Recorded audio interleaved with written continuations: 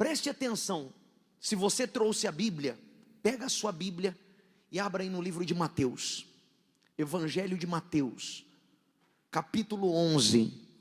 Em verdade vos digo, Jesus falando.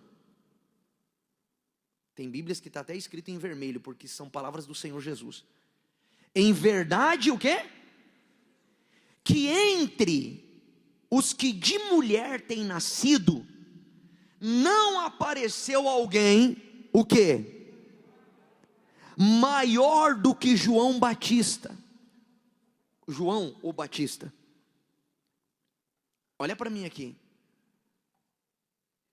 Quer dizer que ele foi maior do que Abraão, maior do que Davi, maior do que todos os profetas. Você está compreendendo?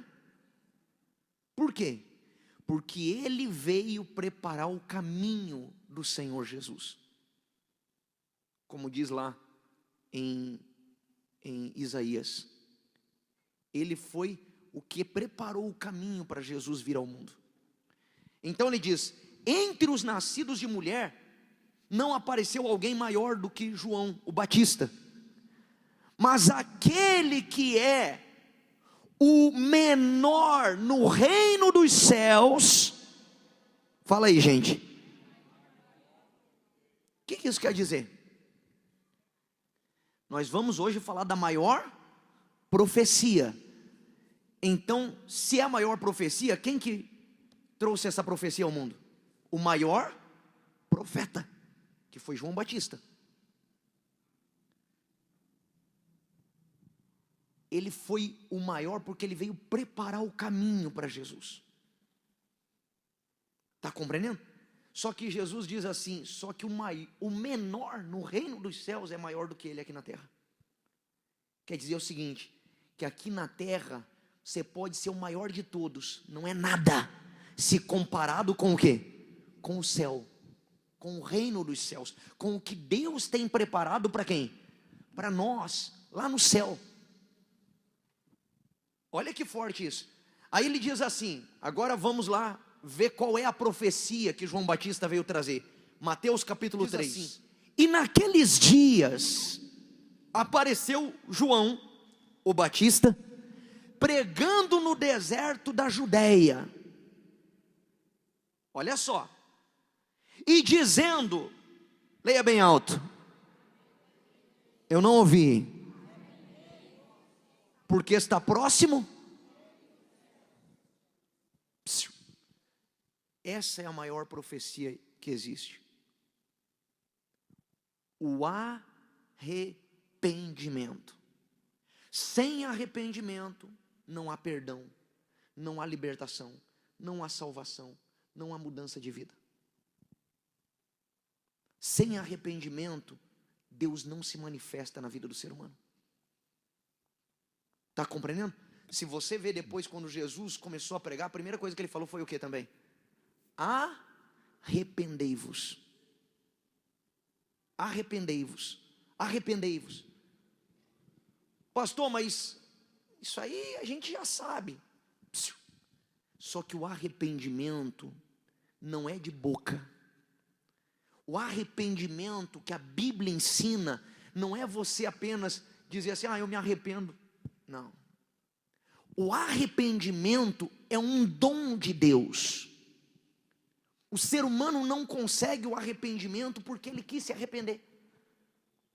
Você vê que tem gente que às vezes ela fala assim, não, sabe, se eu pecar eu peço perdão a Deus.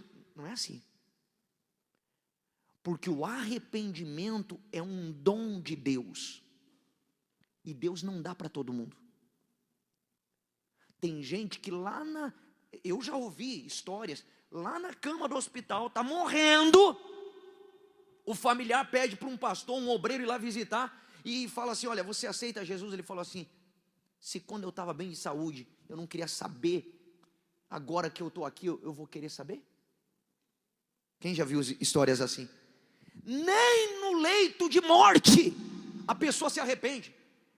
Ela tem mágoa de um familiar, ela tem ódio de alguém, ela diz assim, eu morro, mas eu não perdoo o que ele fez comigo.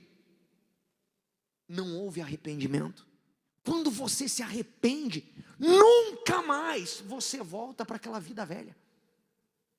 Nunca mais você volta a praticar aquilo. Quando a pessoa pede perdão e ela volta, é porque não foi arrependimento, ela sentiu um remorso. E se a pessoa não se arrepender de verdade, como que ela vai abrir mão de algo que para a carne é gostoso? Que para a carne dá um certo prazer momentâneo? Como que ela vai trocar o prazer do momento pelo prazer que ela vai ter depois? Porque com Deus primeiro planta para depois colher. É trocar aquilo que é momentâneo por aquilo que é duradouro, aquilo que é eterno. Mas a nossa sociedade aprende o quê? Cada dia mais a ser paciente ou a ser ansioso. O ser humano não sabe esperar. E tudo isso tudo é estratégia do mal trabalhando no mundo. O pecado foi gerado pelo próprio Lúcifer, Satanás. Ele é o pai do pecado. E se não houver arrependimento, não há salvação. Porque enquanto há pecado, o ser humano está debaixo da maldição do pecado. Está escrito isso. Pastor, como que eu consigo me libertar disso? Como que eu consigo uma vida nova? Só tem um jeito. Qual? Arrependei-vos, disse João Batista, porque está próximo o quê? Aí olha só o que ele diz no versículo 3. Eu vou ler rápido até para no próximo que eu vou falar. Porque este é o anunciado pelo profeta Isaías, que disse: voz do que clama no deserto, preparai o caminho de quem? Endireitai as suas veredas. Este João tinha as vestes de pelos de camelos e o cinto de couro em torno dos seus lombos, e alimentava-se de gafanhotos e de mel silvestre. Versículo 5. E ia ter com ele o quê? Jerusalém e toda a Judéia e toda a província adjacente ao Jordão. Preste atenção aqui em mim agora.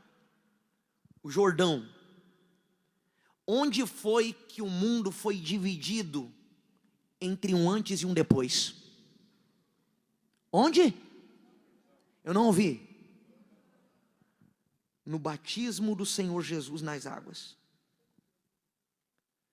Ali foi a única vez na história da face da terra, não do universo, da terra, que a Santíssima Trindade se uniu aqui na terra. O Deus Filho se batizou, veio sobre ele o Deus Espírito Santo, e do céu a voz falou: esse é o meu filho amado. Quer dizer o seguinte: quando a gente leva você a se batizar nas águas, é para quê? Arrependimento. A pessoa que se arrependeu, ela se batiza. Jesus, mesmo sem pecado, para cumprir a lei no nosso lugar, ele teve que se batizar. E ali o Espírito Santo veio. E ele diz aqui, olha que forte isso. Versículo 6. E eram por ele batizados aonde? Confessando os seus pecados. Não é você confessar para homens. Se você prejudicou alguém, você deve falar com essa pessoa. Se o teu pecado envolveu terceiros. Mas se é algo entre você e Deus, é para Deus. Ele diz assim, ó: e vendo ele muitos dos fariseus e saduceus que vinham ao seu batismo, dizia-lhes o quê? Quem vos ensinou a fugir da ira futura? Olha só, ele chamando os fariseus de víboras, porque eles eram fingidos. Eles mostravam uma coisa e eram outra. Ou seja, não havia o quê? Arrependimento. Eles queriam se batizar sem sem se arrepender. Versículo 8 para concluir. Produzir, pois, o que, gente? Quer dizer o seguinte, que se eu me arrependo de verdade, esse arrependimento produz o quê? Fruto. Quando você se arrepende de verdade, você morre nas águas, a sua vida também é dividida em duas partes. Um era você antes do arrependimento. Depois do arrependimento você é outro. É o mesmo corpo. Você não vai ficar mais bonito não, vai continuar feio. Está entendendo? É o mesmo corpo, a mesma fisionomia, mas dentro você é outro. A angústia dá lugar à alegria. A tristeza dá lugar à paz. Só quem já passou por isso sabe o que eu estou falando. Se não houver uma separação, então, desculpa falar assim escrachado, mas se não há separação é porque você é farinha do mesmo saco. Porque se você é trigo de Deus, você é separado e é colocado no celeiro de Deus. Você não é misturado com esse mundo não. Amém?